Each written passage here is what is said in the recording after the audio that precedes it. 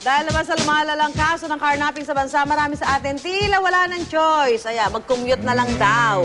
Pwede ka namang ma-hold up, di ba? Pag nag-commute ka. Dukutan, di ba? Kalabit tutok na yun. Tutok kalawit. Gamitin mo man yung sarili mo sa sasakyan, posible ka namang mabiktima ng carnapping. Parang wala ka na, sala sa init, sala sa lamig, di ba? Sabi nyo, pag may sarili kang sasakyan, ligtas ka. Hindi pa lang ngayon, di ba? Tututukan ka. Kaya pag nag-park ka ng kotse, paglabas mo ng pinuntahan mo, wala na yung kotse mo. Saka iba pa pala modus ngayon, hindi na nga hihintay iparada. Tututukan ka na. Sa pilitan, di ba? Sa pilitan ng kukunin siya. Alamin nga natin ang panlasa na masa tungkol dyan mula sa ating kasamang si Michael Fahatin. Maki!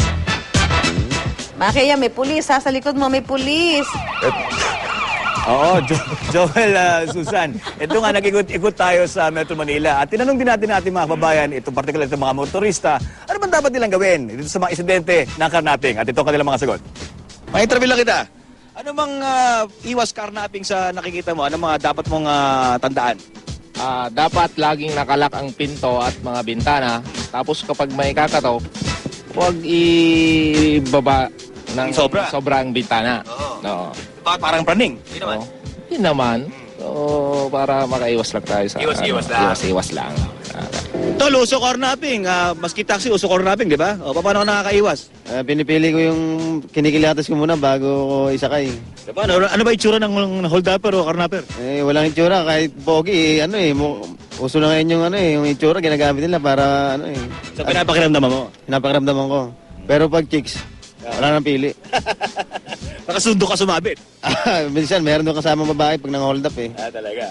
Doon, iwas ka rin? Iwas din. Tol, ang issue, carnapping. Paano ka makakaiwas sa mga carnapper?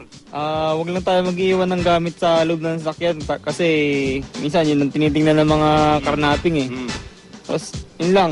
Secure lang. Secure lang? Para sa sarili mo. Pag may kumatok bigla sa'yo, anong gagawin mo? Huwag basta magbubukas ng bintana pag pag hindi kilala or yung hindi uniform kasi minsan may uniform rin na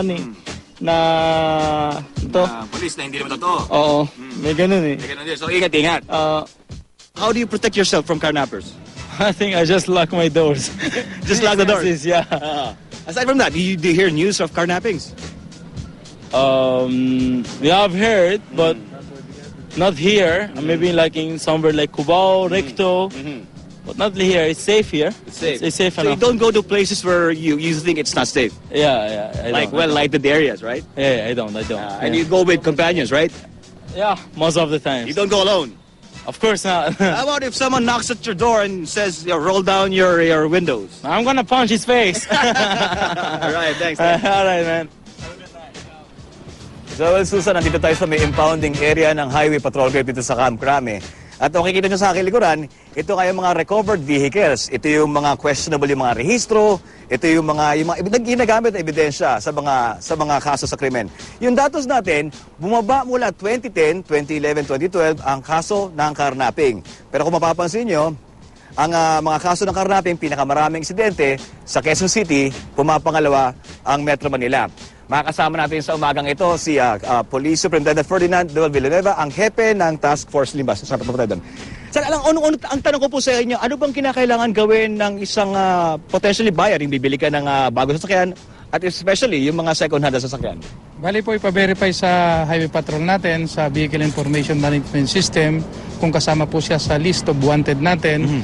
Then, i-check po yung dokumento kung yung po ay tama at tama po yung rehistro para dun po sa LTO verification naman. At para po makasiguro tayo, ay pasilip na po natin sa macro-etching para po malaman natin kung may tampering ang engine and chassis niya. Para makasiguro po tayo na yung bibili natin ay walang diferensya ang sasakyan. Yung mga tinatamad, ayaw lang gawin ito, pero sa huli ang pag-isisi, no? Tama po yun.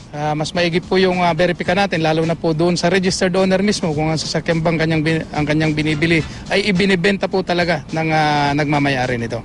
So sa ngayon po, bumababa ang kaso ng carnapping. Bakit po, ano pong mga factors, bakit bumaba ito? At ano pong pwedeng itulong ng ating taong bayan para masawa tayo itong mga carnappers?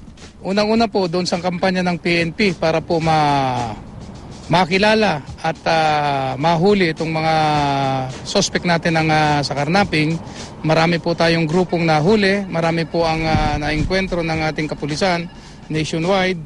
At siguro po sa ating publiko para po makatulong tayo sa kampanya natin sa anti-carnapping, makialam na po tayo at halimbawa po yung sa isang lugar natin, mayroon tayong nakikitang iba-ibang tao na may dalang iba't ibang sasakyan. Maaari po itong itawag yung plate numbers doon po sa Patrol 117 natin o pa po yung local na pulis ng pinakamalapit ay ma-check ang sasakyan kung bakit paiba-iba.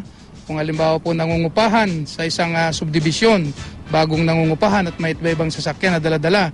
Yan po kasi mahirap na pasukin ng pulis dahil medyo po nahihirapan tayo sa coordination sa subdivision, lalo po sa mga exclusive subdivision natin. Kaya dapat tumulong na talaga sila, sir. Kailangan po tumulong kasi po baka umabot sa puntong tayo naman po yung kasama naman natin ang mabiktima.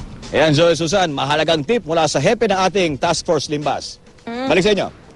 Okay, maraming salamat, Michael Fahatin. Ayan,